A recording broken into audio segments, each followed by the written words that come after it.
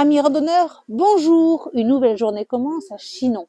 Nous allons visiter la forteresse. Allez, venez avec nous, c'est parti!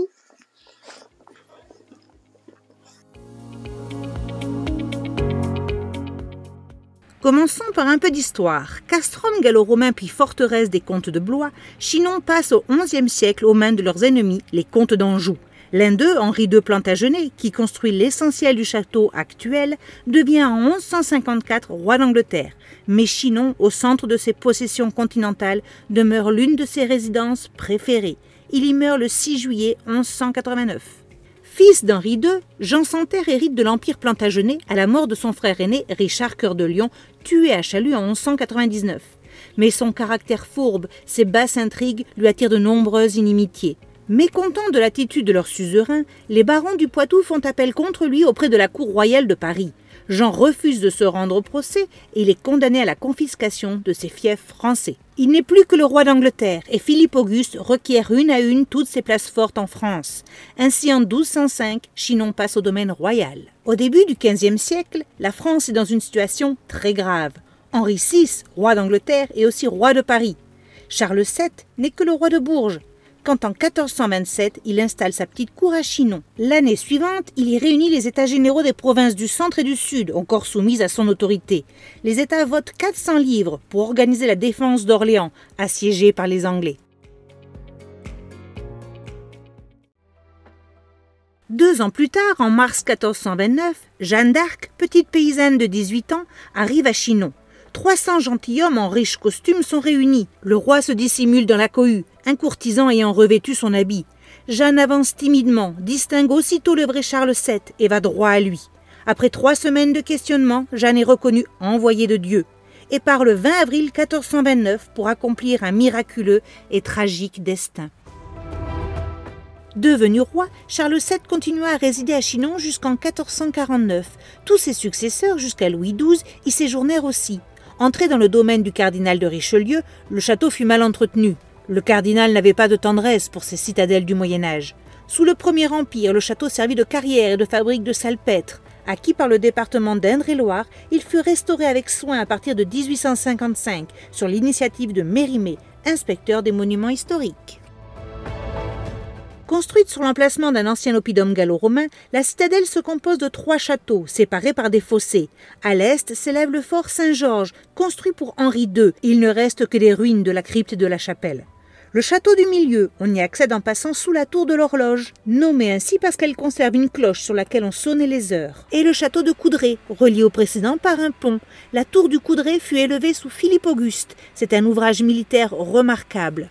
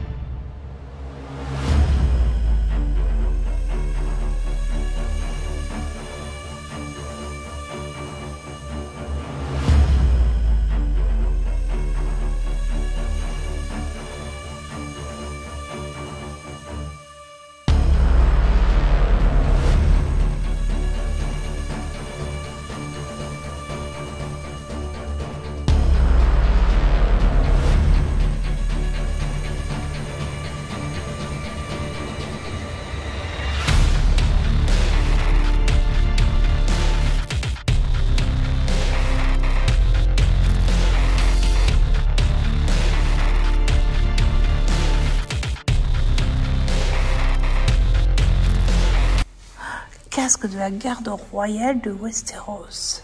C'est une très belle exposition qu'il y a ici.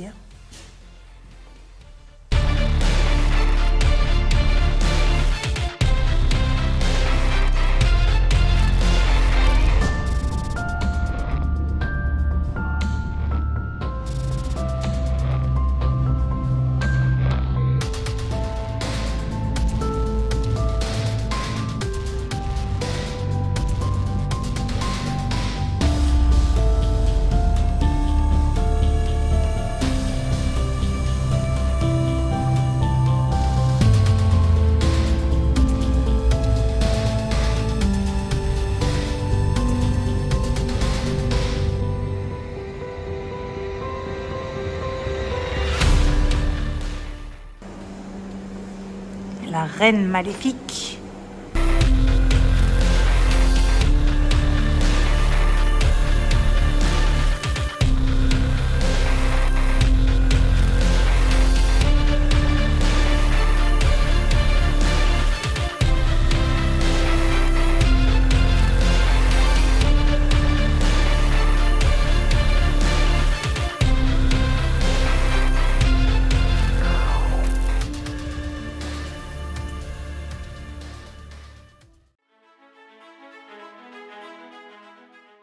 Des logis royaux par un deuxième pont sur les Douves, nous accédons au fort du Coudray, qui occupe la pointe de l'Éperon, avec la tour de Boissy et la tour du Moulin. De la tour de Boissy, un chemin de ronde permet de rejoindre les logis royaux.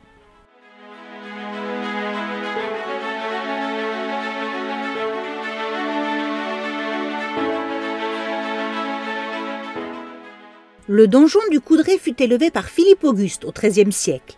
En 1308, Philippe le Bel y fit enfermer des Templiers, parmi lesquels Jacques de Molay, leur grand maître. C'est dans cette salle, aujourd'hui à ciel ouvert, que logea Jeanne d'Arc en 1429.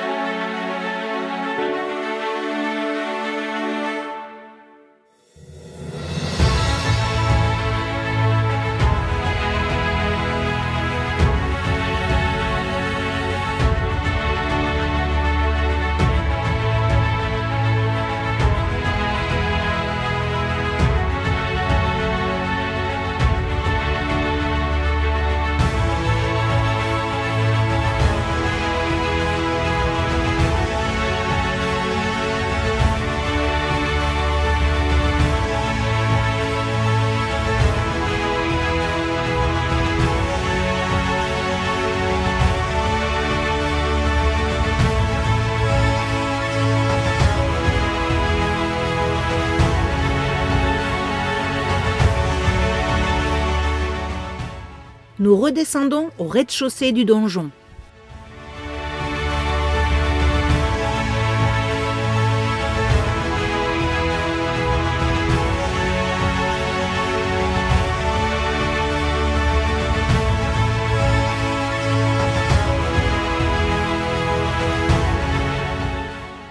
Dans le sous-sol, nous accédons à l'entrée du souterrain. Il rejoint un réseau de galeries qui relie entre elles les différentes tours. Ce souterrain fut en partie comblé et n'est pas visitable.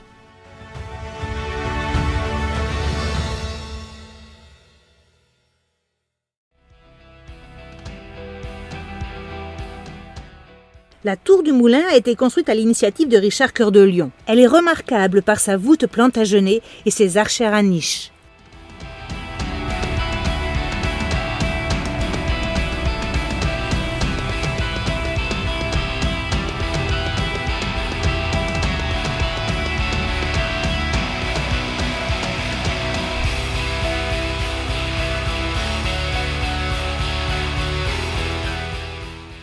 Cette tour puissante qui comporte 3 niveaux semi-enterrés a été conçue pour résister aux nouvelles armes de l'artillerie à poudre de la fin du XVe siècle. Oh oh, on descend dans le trou. La tour d'Argenton doit son nom à Philippe de Comines, seigneur d'Argenton. Ce capitaine de la forteresse royale de Chinon de 1472 à 1477 était aussi le conseiller du roi de France, Louis XI.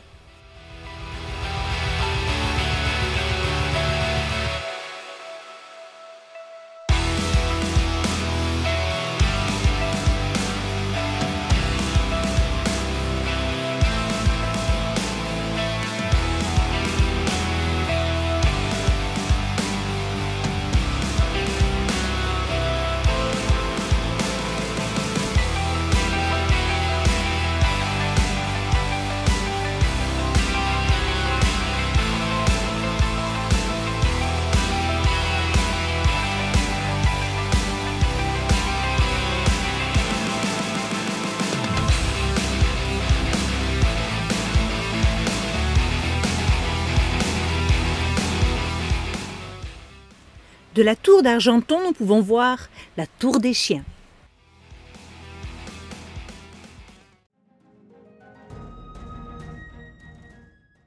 Pour y accéder, nous repassons le deuxième pont pour l'esplanade du château du Milieu.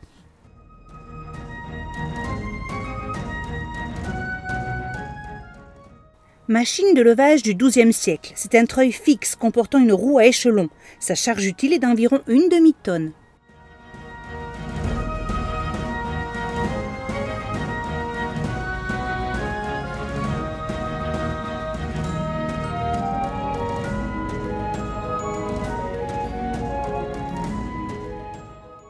La tour des chiens est une tour défensive en forme de fer à cheval. Bâtie par Philippe Auguste, elle abrite 3 niveaux semi-enterrés, équipés d'archères et d'une terrasse sommitale. Au premier niveau, la boulangerie et son four à pain du XVe siècle, destiné à nourrir la cour de Charles VII et de Marie d'Anjou.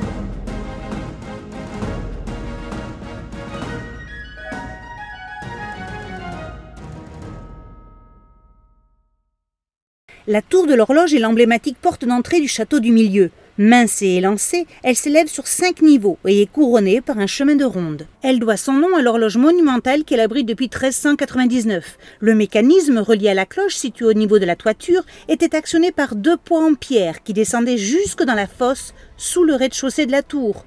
La cloche surnommée Marie-Javel est l'une des 4 plus anciennes de Touraine. Depuis la fin du XIVe siècle et encore aujourd'hui, elle sonne les heures pour les habitants de Chinon.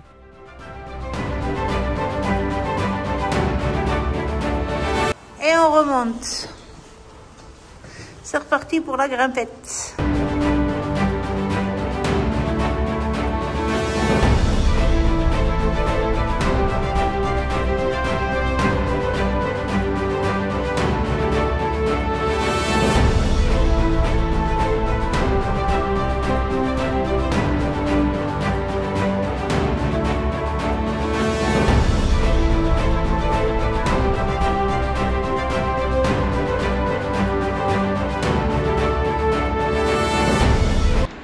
Oh là là!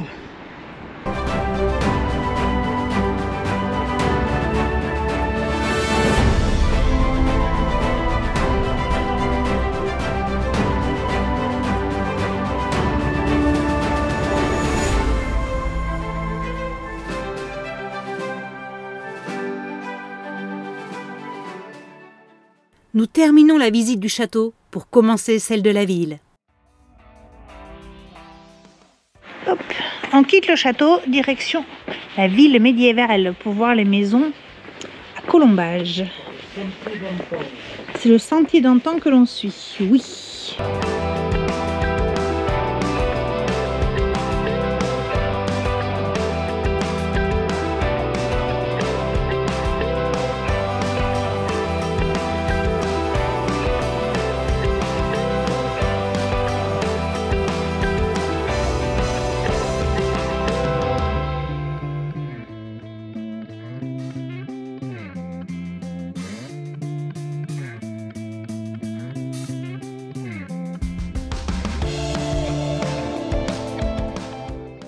Le carrois était la maison des États généraux au XIVe, XVe et XVIe siècle. C'est ici que Charles VII a réuni les États généraux en 1428 pour pouvoir financer l'armée qui suivra Jeanne d'Arc.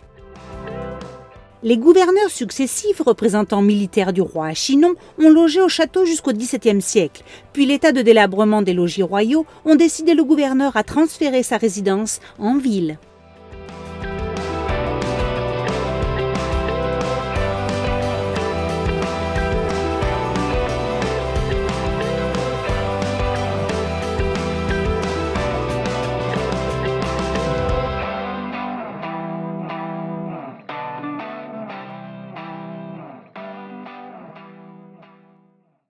on ne connaît pas l'époque de fondation de l'église Saint-Maurice. L'édifice actuel est le fruit de reconstructions et d'agrandissements successifs. Le clocher est la partie la plus ancienne, début du XIIe. La nef, du XIIe, est agrandie début XIIIe siècle, suite à une croissance urbaine importante sous le règne de Henri II Plantagenet, roi d'Angleterre. Et nouvel agrandissement au XVe et XVIe siècle, par la construction d'une chapelle et d'un bas-côté.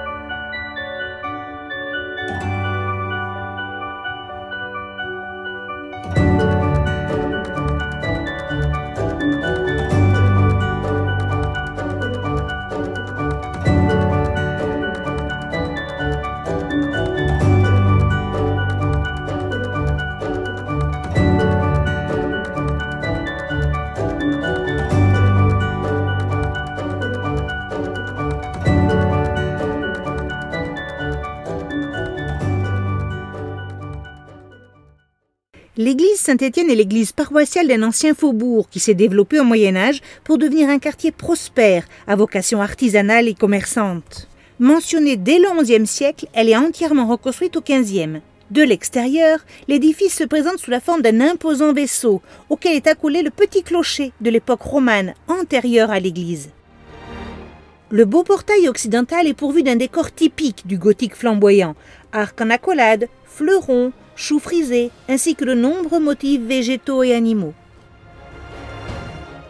À l'intérieur, la nef, avec ses voûtes d'ogive. Elle est unique, très large, pour accueillir de nombreux fidèles, caractéristique de la fin du Moyen-Âge. L'église est remeublée au XIXe siècle, après la Révolution. Tableaux du XVIIe et XVIIIe et mobilier neuf de style néo-gothique.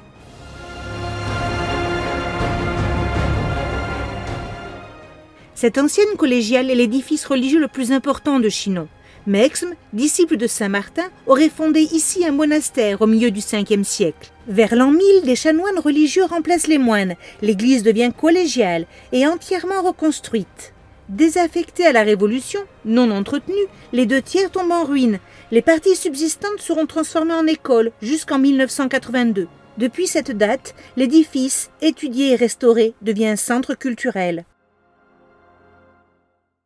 La visite de Chinon est terminée. Nous récupérons Léo et direction la maison. La série des châteaux de la Loire n'est pas terminée. Nous nous sommes promis de la compléter.